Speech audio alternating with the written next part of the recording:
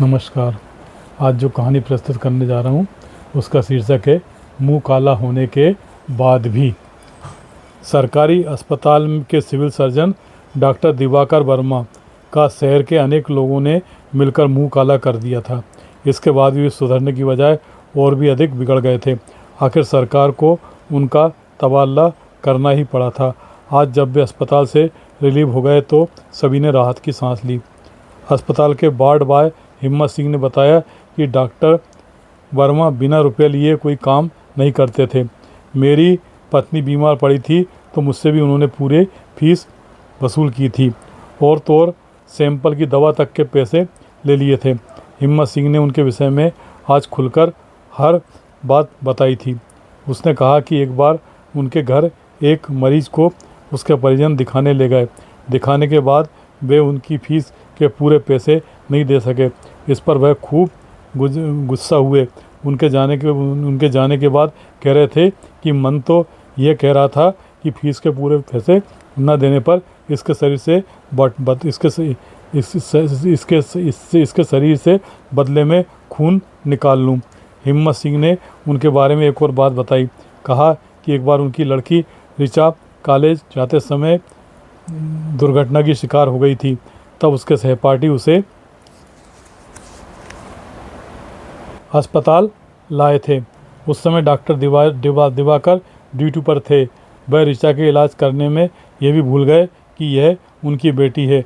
उन्होंने बाजार से दवा खरीद कर लाने की पर्ची ऋचा के सहपाठियों को देकर दवाएं शीघ्र लाने का निर्देश दिया, लेकिन दवाइयों के पैसे नहीं दिए।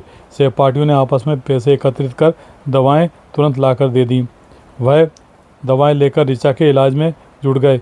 इसी दौरान फिर कुछ और दवाओं की ज़रूरत पड़ी तो उन्होंने सहपाठियों को फिर दवाएं शीघ्र बाज़ार से लाने का निर्देश दिया। इस बार दवाएं पहले से ज़्यादा महंगी थीं। सहपाठी रुककर डॉक्टर दिवाकर का मुंह देखने लगे तो डॉक्टर साहब चिल्लाकर बोले, मेरा मुंह क्या देख रहे हो, जल्दी से दवाएं लेकर आओ।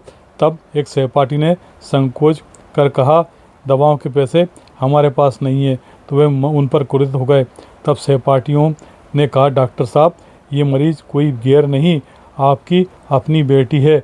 तब कहीं उन्हें अपनी भूल का एहसास हुआ और उन्हें अपनी जेब से दवाओं के रुपए निकाल कर दिए थे, लेकिन पहले वाली दवाओं के पैसे देना वे भूल गए थे। उनके इस रवैये के कारण मरीज और उनके परिजन तंग आ गए थे। जो मरीज़ उनकी तगड़ी फीस देता उसका अच्छा इलाज करते और जो फीस नहीं देता उसे ठीक से नहीं देखते, दवाएं भी ठीक से नहीं लिखते थे।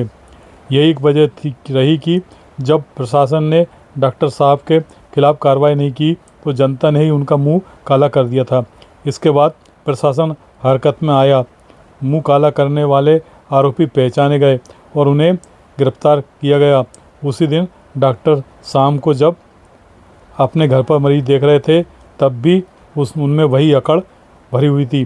जब जन आक्रोश को देखते हुए आखिर प्रशासन को उनका तबादला करना पड़ा था। उनके आज अस्पताल से विदा होने के बाद अस्पताल के अन्य भ्रष्ट स्टाफ में डर बैठ गया था, पर जनता को विश्वास था कि उनके जाने से अस्पताल की व्यवस्था ज़रूर सुधरेगी।